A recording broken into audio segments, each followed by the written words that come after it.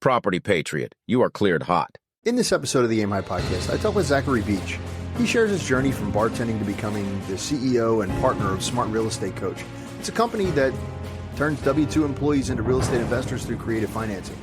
Key takeaways include Zachary's leap into real estate with no prior knowledge, the importance of mentoring within his family business, and the success of implementing creative financing across North America.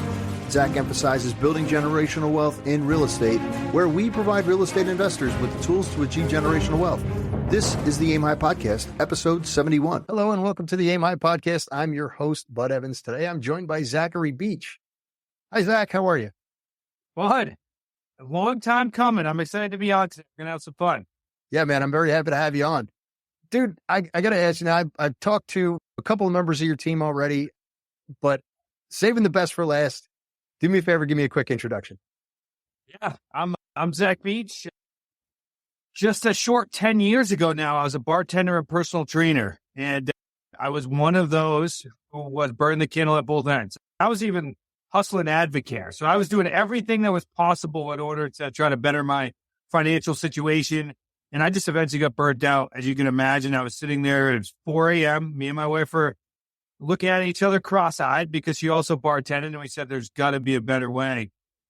So shortly after that, I went to my father-in-law, Chris, who I know you found this podcast, who's been a personal mentor of mine and a business partner. And I said to him, hey, I don't know if I'm going to like real estate, but it's got to be better than what I'm doing here. So very shortly after that, I added another thing to my plate, and I started prospecting for real estate deals in my spare time. And then after about 6 months, I eventually got my first deal, and I burned the boats, and I've been in real estate investing and real estate coaching ever since. Awesome. And listen, man, I give you credit because I've been in that restaurant industry, and it is a grind. What was it that actually, other than just, I'm just sitting on the couch one day, was there a specific incident or something like that brought you, and your family's involved, but was there something that went, yeah, I want to do this? Yeah, honestly, I was open to doing anything. I thought I was going to be really good at network marketing because I was like, I know how to speak. I'm sure I can lead a group of people. I was expecting to really be successful there. But then I did okay. So then I just started to see, right, who's successful in this space. And I know real estate's sexy. So I just said, like, all right, how do I get more involved in something that has a long-term play? One of those people that all I do is, like, I've gotten everywhere because I've worked really hard. I grew up with a single mother. We never had enough cash at the end of the day. I also was a poor kid growing up in a rich town. So grass was always greener on the other side. And then I was a bartender in Newport, Rhode Island. So surrounded by mansions and Lamborghinis and Ferraris and Bentleys. Like, I started to look like what needed to be accomplished. Like, I need to become a business owner. I need to start owning assets. And that's when it started to really come to fruition. And honestly, I worked my butt off from being a bar back to a bartender. Then I made as far up as I could in that company as far as bartending. And I didn't have the last name of the owner, so I wasn't getting any further along. So I just knew, like, all right, I've reached my pinnacle in this 4 years of bartending, and it's time to make a change. Yeah. Now, you're sitting around, you're talking to your wife, you're all burned out from a rough shift. What was your first deal like? How did you get into the real estate game? Oh, this is the best because I talk about, like, failing forward. All right. So picture this, right? So I'm the son-in-law, right? And I'm going to work with my brother-in-law as well.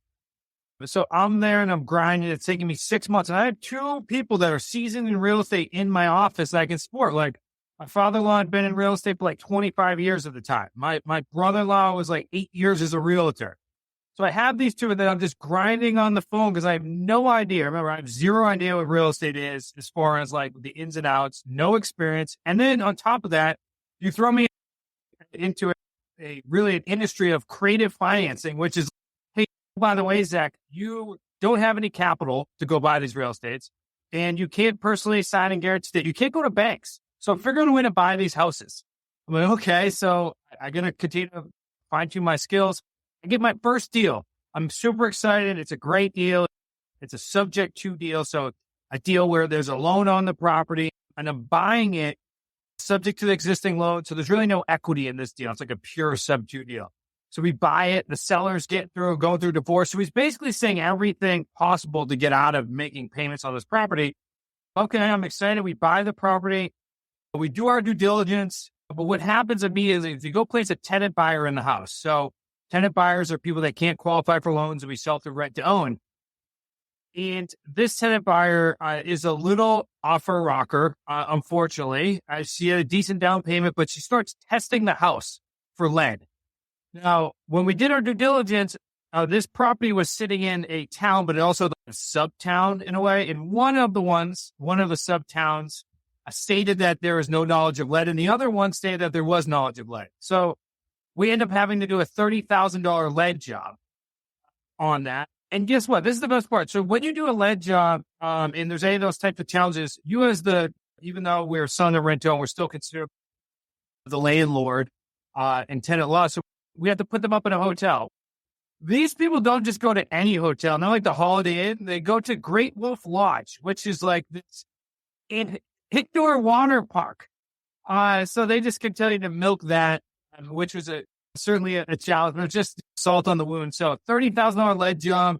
I was super excited to get the deal done. I'm the son-in-law, and then I bring this deal that's going to cost us money. Luckily, because we bought out credit financing, there's a happy ending, but man, it was a roller coaster of a first deal. And I'll tell you, for most, luckily I had the support for most.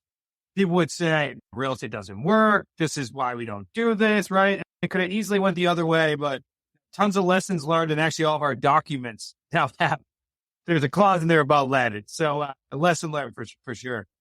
There you go. And it's funny because some people consider that just, I lost my butt, right? And you're looking at it more of an educational expense.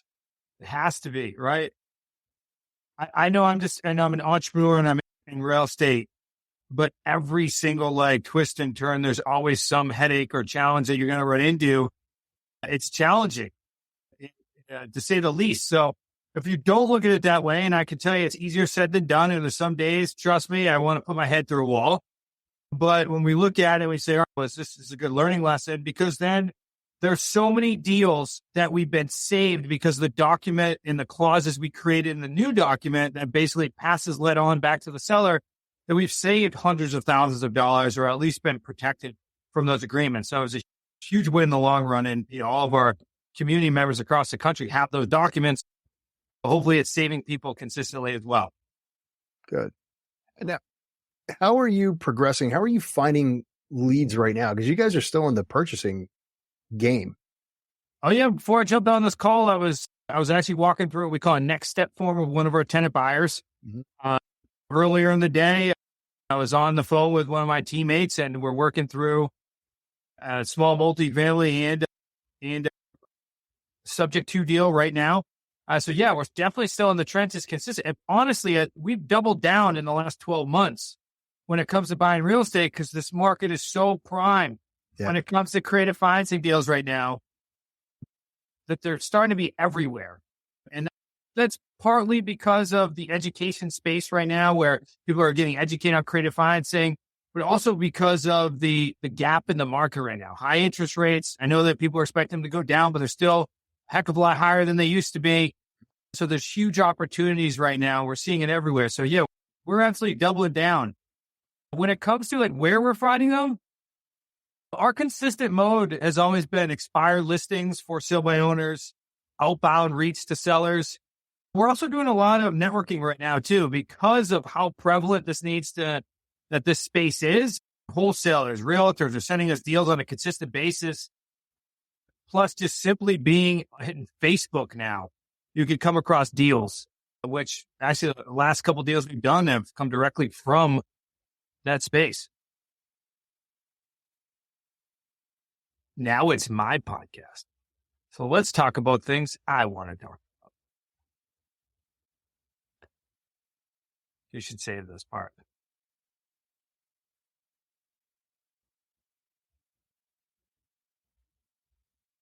And your host, Zach Beach of the Aim High Pod.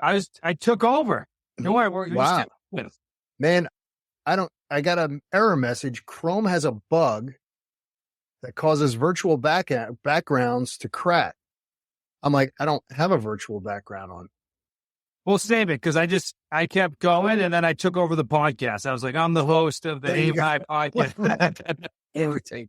All right. So we're still going. So it's still recording in the cloud. As long as it was open, you're good to go. But you look. I might leave that in there. Look. Right. I love it. We'll see how it goes, man. All right. You're seeing in excess of the sub 2 deals. I'm sorry, because I missed a couple of seconds while you're still talking here. So you're still picking up on the sub 2 deals. You're finding all these properties that have low equity, high interest rate, or are you finding lower interest rates when you're doing your sub 2 deals? There's a deal right now I have under agreement, 2.25% interest rate. Nice. Another property we have under agreement right now that we're going to close in 48 hours, 2.75% interest rate. So this is where the benefit is when it comes to buying property subject to the existing loan is there's a huge ability for new seasoned investors to be able to capitalize on low interest rates. Because the deal, let's just say on the 2.25% interest rate, the background story is I met a realtor. I was speaking at an event. I met a realtor, approached me and said, hey, I have this deal. And I said, okay, send me the deal. Let's talk about it. She said, oh, there's also a wholesaler involved. Okay, so I barreled down that. The wholesaler is down in Alabama.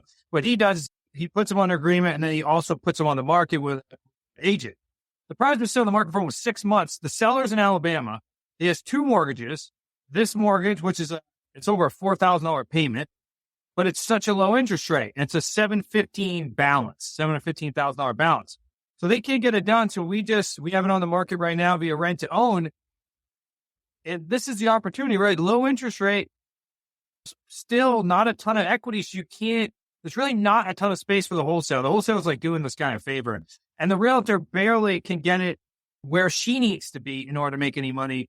So now I'm going to step in. It's very likely we'll go ahead and find a nice tenant buyer. We've actually had some young entrepreneurs in the house already that are very interested because it's in a great area in central Massachusetts. So I expect it to go, but it's just like that gap is happening. And what we're seeing a lot of is because people bought during COVID or refinanced during COVID for low interest rates and jacked up their overall balance, although it's a low interest rate, there's no equity in the deals. And most people need to move. So the reality is people still move. So now their choice is sell it and come out of pocket, which I don't care how wealthy you are. Nobody wants to own a piece of real estate. Or find somebody like myself that says, okay, I'll let you be able to walk away. But we're going to keep the mortgage in place. Yeah. Great. Now, finding those tenant buyers, that's your niche, right? Yeah. Selling on rent to own allows us to access our federally trademarked 3-payday system. It's a huge, this is where creative financing is amazing because, and especially where we are in today's market. So this is one of those times where the amount of sellers that we can help increased and the amount of buyers that we can help increased. Because when interest rates rose, properties sit on the market longer, properties expire, people need to sell. At the same time, buyers that could originally qualify for those loans can no longer qualify. So now they are looking for the pathway to homeownership still. Nationally, we're seeing roughly 80+% of people that walk into a bank cannot get a loan, or that are interested in purchasing a property cannot get a loan. That market is so untapped. And just look, let's talk about some of the examples, right? You have self-employed, people that need time in order to get seasoning, basically seasoning in order to get a loan. I was one of those people that actually bought my first house on a rent to own, which is amazing. So I want to be able to pass that down to people as well. And then you also have people that don't have great credit, which is always happening. I think it's some ridiculous number, like half of America or 3/4 of America is below 700 credit score or even 650. So they can't get access to a loan. And then you have the people that could get access to loans 12, 18 months ago at a 2-3% interest rate. They're now sitting on the sidelines. So all of those people are prime candidates for us to be able to create that pathway to homeownership and sell it through a rent-to-own program. Yeah. And you took that niche and not only did you execute it on your own, but you guys are also, that's wicked smart. I'm sorry. Who the wicked smart is, right? Wicked smart. S-M-A-R-T. Exactly. As you can tell, we're from Massachusetts. Not at all. New England. Yeah, we really took this niche and expanded, created an entire business model around it. Now, I know that some people will be listening to this and say, no, but I want to hold on to deals. And we'll certainly talk about that as well, because if you buy properties, and when I say that, utilizing creative financing or add this current niche to your other business model, you're going to be able to acquire more deals, and then you can do whatever you'd like. So I'll just revert back to the example that I was talking about earlier. Both of those deals that have low interest rates, can we just rent the property? We absolutely could just rent the property and hold on to it. We certainly could. Now, the reason why we're not, but you certainly could, the reason why we're not is because I would rather pull some equity off the table today. And that's how we get our non-refundable deposits. We get our payday ones. If you want to be risk averse in today's market, let's pull equity off the table, which is anywhere from 3 to 10% of an elevated purchase price that we bought it for. So again, that example, get it for $737. I'm selling for $789. So increased it day one, and that should require anywhere from say $30,000 to $70,000 down.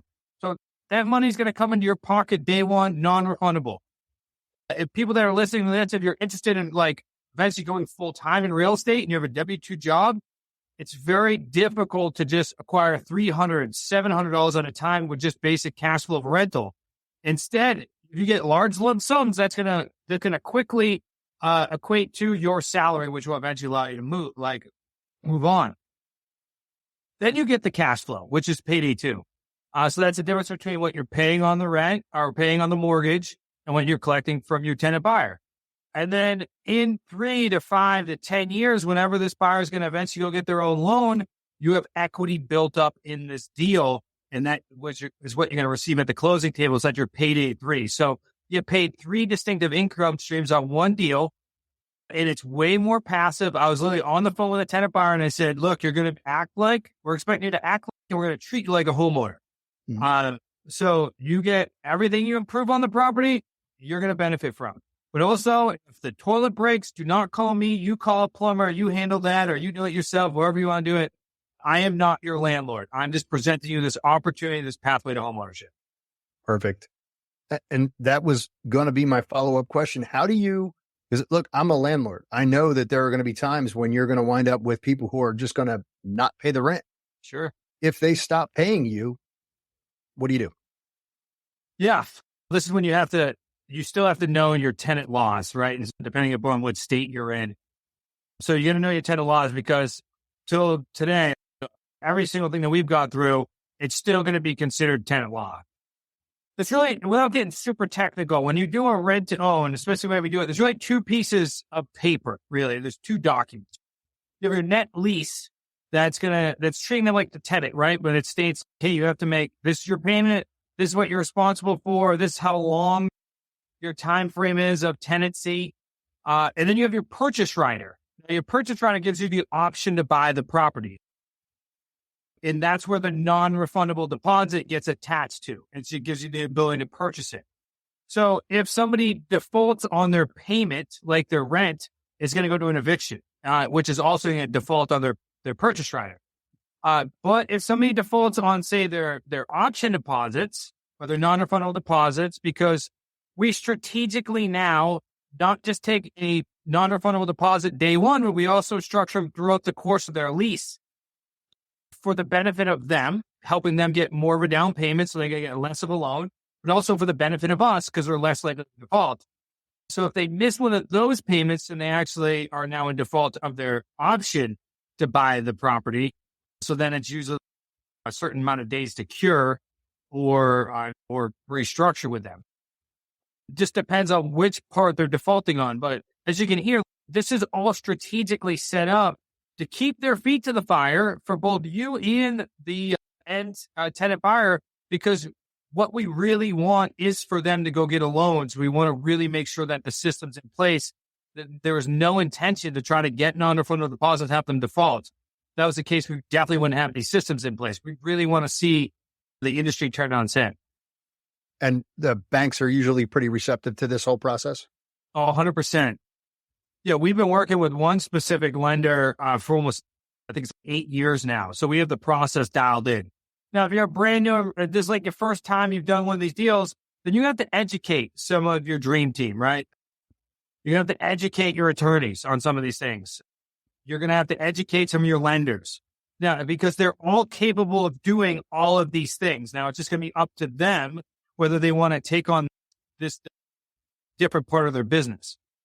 I really encourage you to continue to network and educate on these, other dream team members. So that way, then like us, now we have a system. It's like deal comes in, we know who to talk to, we know where they're going. It just moves right down the pipeline. Perfect. And now talking about the education, that's where you guys are going with this. Not only are you doing it yourselves, not only have you perfected the whole process, not only do you have the lenders in place already, but now you're starting to teach other people how to do it. Oh yeah. We've been teaching other people how to do it now for going on 10 years. It actually was done via an accident. There was a gentleman that was coming out of the Navy Academy because we were originally all living in Newport, the Navy Academy, and he heard what we were doing and approached my father-in-law and said, "Hey, I'm trying to get acclimated to regular life now. I want to have a skill to be able to make money." And then from there, we're like, "Oh, maybe this is something." So, and we started doing some collaborative effort with other people in the space that had support items for us that would support our community. And then, yes, we've been growing year after year from there. And what we created was our Wicked Smart community, which is a group of people all across the country that we buy and sell real estate with, different ways that we work with them. But at the end of the day, it's a full immersive experience in interactive coaching, because what we do is we do deals with them and really help them put deals into their portfolio. Great. How long is your course usually? Yeah, so like our courses, so we have self-education. We have 10 different products in our academy. Our main one being the Quantum Leap system, which is 11 modules.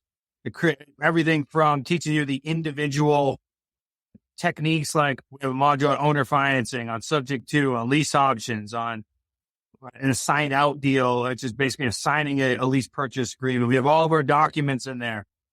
So there's plenty of self-education. And then we also have some group education as well, which is now we have our Jumpstart program, which is anywhere from 90 days to 6 months that allows people to dip their toes in the water and have us help them implement the Quantum Leap system.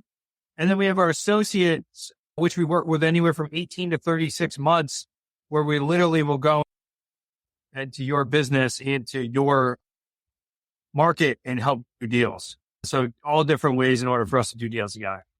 Excellent, man. That's pretty amazing. You're going to come into the market and you're actually going to do the business with me, walk me through the process. And then, yeah, that's the only way to do it in full transparency, because at the end of the day, if I'm not able to be like over your shoulder, or one of our coaches isn't able to be over your shoulder, it's very hard in real estate or business in general to be able to get that feedback loop going, right? Because there's always these little things. Like you can take a course, which certainly you guys can go through it. You can take a course, but what happens when this happens? I need to get that question answered. I need to get it answered as soon as possible. I got a seller on the line that if I answer this question correctly, I get a deal. Or I answer it wrong, don't look so great. I had no credibility, and all of a sudden I lost $50,000, $100,000 because I wasn't able to get it done. So we do very intensive interactive coaching. Yeah. Awesome. And that's the interaction is paramount when you're first starting out, or even when you're getting into that next level, having those questions of things that you've never run into before, having someone answer that is pretty important. The thing too is, because we're in the trenches consistently, there's new things that happen all the time. It's very rare that we get a situation that we haven't seen before, but they happen. They happen all the time. So it's okay. Now we learn it. We go ahead and speak with our dream team. We right now, because of the low interest rates, there are certain markets where they're starting to see some banks try to either call foreclosures now when people are behind on payments, more likely than they were during COVID. or try to look for more due on sales clauses. So we're speaking with our attorneys. They start giving us some new techniques on how to acquire subject to deals the right way via trust. So that way it's more protective. And they're doing like slight tweaks, but they make a huge difference. And if we weren't out there doing it and then bringing it to the community immediately, now people are way behind. They're getting taught out things that worked 10 years ago. Let's take a quick break. Are you looking to fine-tune your real estate journey? Welcome to the REI Roundtable, your gateway to real estate success. Led by industry veterans Bud Evans and Jen Josie, this accountability group is dedicated to helping real estate investors like you smash through your annual goals. With our unique approach, we break down your big ambitions into manageable, weekly, bite-sized targets, ensuring you stay on track and motivated. Whether you're looking to expand your portfolio, increase your returns, or simply get more disciplined in your investment journey, the REI Roundtable is here to guide you every step of the way. Join us and let's turn those real estate dreams into concrete achievements. Your path to real estate mastery starts here. Check the link in the description to sign up for the REI Roundtable now. Yeah. Okay. We've gone through the education program. We talked about everything that you've done previously leading up to this point. Where do you see yourself going in the future? Yeah, fantastic question. Number one is we're ramping up our creative financing deals. I think that's a huge opportunity. But what we're also seeing is a ton of, so those that are interested in doing rentals, I've seen more seller financing multifamilies come across my desk recently. And I'm sure you have too, but working on a handful of them as we speak. They're good deals. The challenge becomes when it comes with multifamilies, especially in the smaller multifamily spaces, if a seller has a very particular price and somebody has to go raise money or has to go to, again, a bank loan, especially with today's rates, the price usually has to be much lower than what they're hoping to get. So we can kind of battle that by saying you can get your price as long as the below down payment and the interest rates are rather low. I mean, there's plenty of small multis that we've done, like in the 4 to 6 unit range, up to 10-ish, where it's like principal only payments. So because what that does is that allows you as the investor to pay a higher price or get them to their price because you're going to be able to pay down that principal significantly faster in order to be able to eventually exit if that's what you choose or refinance if you decide to go the bank route. So I would say that is definitely something on the horizon right now, is acquiring more units there. And I've seen that a lot from of people wanting to learn how to get more and more involved in that right now. Right. Yeah. I'm seeing, first off, you got bridge loans that are coming due. When they started these things 3 years ago, they were like, we're expecting maybe a 4, maybe a 5. And now it's at 7.5, 8. Yeah. So they're in trouble trying to refinance these things. They're going to eat up all their profits. 100%. Especially in those smaller multis too, right? It's like that interest rate point automatically takes away your cash flow. And you're like, there's no point of having this property anymore. Yep. Luckily we had enough cash flow. We bought 2 and we had enough where we're going, okay, great. We have enough cash. Yep. Let's do the renovations ourselves instead of taking out a bridge loan. I'm really glad we did that. So yeah, right. Now I'm looking at this going, ooh, wow, that would have hurt. It would have hurt a little bit. All right. Zach, what's one thing you learned as your wealth increased? Yeah, I would say this is probably more of a mindset perspective. And the reality is I used to always think that like things were going to be different when I got to my business got to a certain size, or I did a certain amount of real estate deals or whatever that may be. But the thing is, it just, as Deion Sanders says, there's new devils at new levels, right? So there's always a challenge that we're going to approach. And whether it's finance or the size of our business or real estate deals, I've just learned that like the evolution of trying to just be able to accomplish those deals is never ending. I was hoping one day that there's going to be an end, but the reality is if we want to continue to progress, it takes a heck of a lot of time and effort to continue to evolve, because I can't be the same Zach in 2 years from now if I want significantly more or want to elevate. My wealth is always going to drop down to my personal development. Yeah. Matthew McConaughey was, I don't know if you ever read the book Green Light, but in his like Oscar speech, he was like, who's your idol? And he's like, me 5 years from now. And you're never going to catch, you can aspire to be this, but when you get there, now you've got a new goal. I love it. I've listened to it on Audible twice. And I was that guy, I was like, I can't imagine Matthew McConaughey going to be able to like tell me something. And then never judge a book by its cover. I was like sucked in immediately. Such a wise man. It's really cool to listen to. Yeah, I love it when he's like, oh, and then I failed at this. Oh, green light. You know, I love it. It's pretty, it's like, oh man, I never thought of it that way. Yeah. Matthew. All right, Zach, we're going to go into the soaring fours. These are the same 4 questions that I ask every guest These are the same 4 questions that I ask every guest that may help someone who's just starting out achieve new heights. The first question is, what do you use to keep you motivated? My kids and my wife.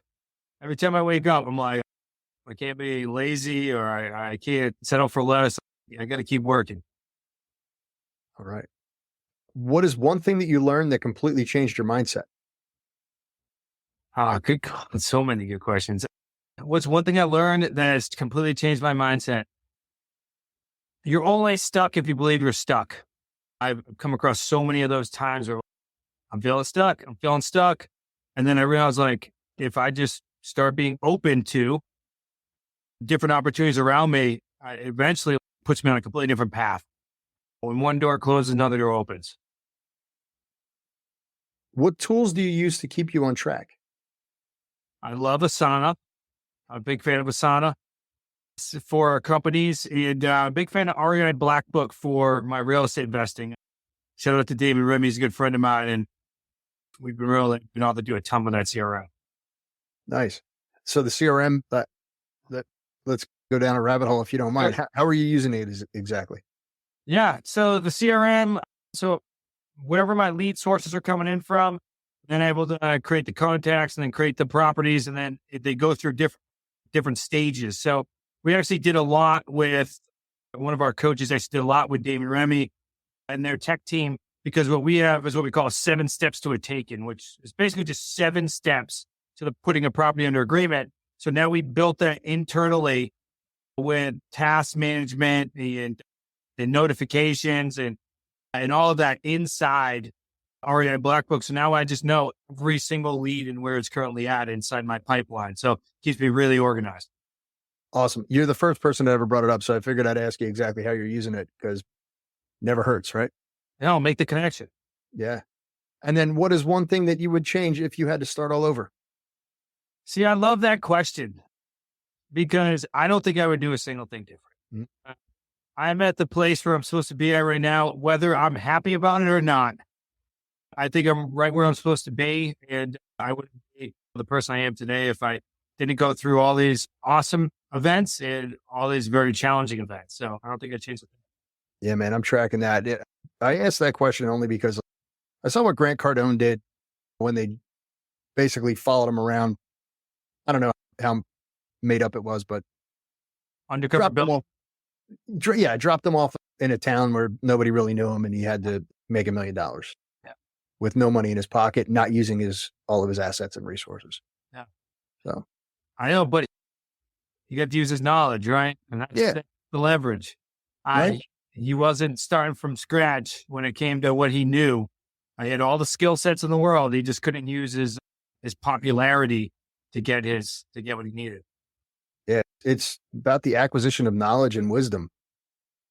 100%. Yeah. If you lose it all, you don't lose it all, right? Yeah. Not too many people that have, and they've been able to build themselves up tenfold because they didn't start from scratch. Yeah. Alex Hormozy, I was just reading one of his books today, and like he got in there and he started making all this money, and all of a sudden it was like, oh my God, we're a negative $150,000 in our bank accounts. What do we do? And then start over. There you go. Sometimes it's a blessing. Yeah, exactly. It's funny you should say that. I just had this conversation with somebody yesterday. I said, listen, you got to understand something. To get to the blessing, you have to overcome the obstacles. There's always a challenge, but behind every challenge is a blessing. So work at it. Wise man, Bud Evans. Wise man. Thank you. Yeah, I screwed up a lot. learn, We learn a all. lot. Yeah, exactly. All right. Hey, Zach, listen, I appreciate you being here today. Thank you very much for your time. If somebody wanted to reach out to you, how would they do that? Yeah, let's make sure that everybody gets access to our free Amazon bestselling book, our first one, Real Estate on Your Terms. Great place to start when you want to get involved in creative financing. You just go to us, wickedsmartbooks.com/aim high 2. That's wickedsmartbooks.com/aim high and the number 2. And then you can always find us on all of the social media platforms. Me personally at Zachary Beach Official and Smart Real Estate Coach at Smart Real Estate Coach, where we dive into everything on a daily basis. Awesome. Hey, Zach, again, thank you very much. And I look forward to talking to you soon. Hey, thanks, bud. It's an absolute pleasure being on this podcast. Thanks for having me.